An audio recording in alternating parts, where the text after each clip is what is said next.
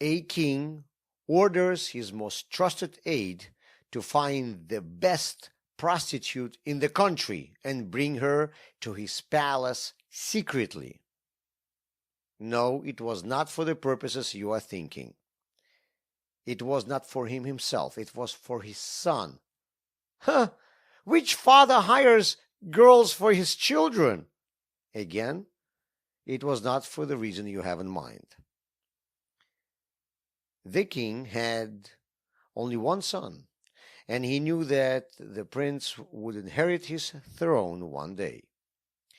The young man possessed a lot of qualities needed for being a successful monarch: intelligence and organizational skills. The only thing his father doubted that he had was fortitude, self-control, and willpower. But without these qualities, it is impossible to be a ruler. The king wanted to test his son to find out if he was fit for the position. And he decided to do it in a rather unusual way. He orders to hire a prostitute and tells her to seduce his son. The lady was flattered that His Majesty chose her for this mission and certainly wanted to prove her skills. She had to defend her title as the best prostitute.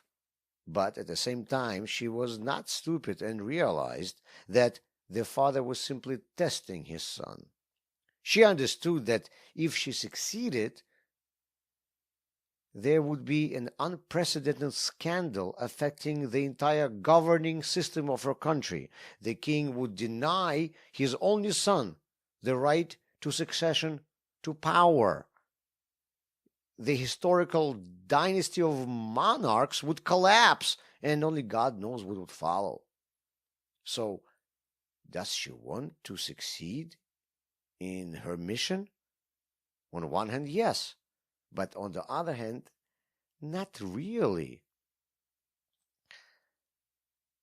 This story about a harlot is cited in the Kabbalistic book of Zohar, written by Rabbi Shimon Bar Yochai at the very beginning of a new era.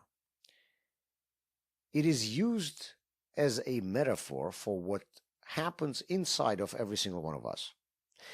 Each one of us has an evil inclination, which, like a prostitute, is trying to seduce us to do the wrong things. I may have a push to do something dishonest or to eat something that the Torah is prohibiting me. I can get angry and say something to a friend that I'll regret later, or not go to a synagogue when I'm supposed to. Why do I want all these things? If God created me the way He wanted, why did He give me all of these desires? We believe that God controls absolutely everything, and God can do absolutely everything. So why did He create me with my evil inclination that pushes me to do what He Himself forbids? My evil inclination is like this prostitute. Of course, it understands why it was created and wants to fulfill its mission. But on the other hand, it understands that its success will only create problems in the kingdom, that is, me. And in fact, its victory is a defeat. So does my evil inclination really want to be successful at its mission?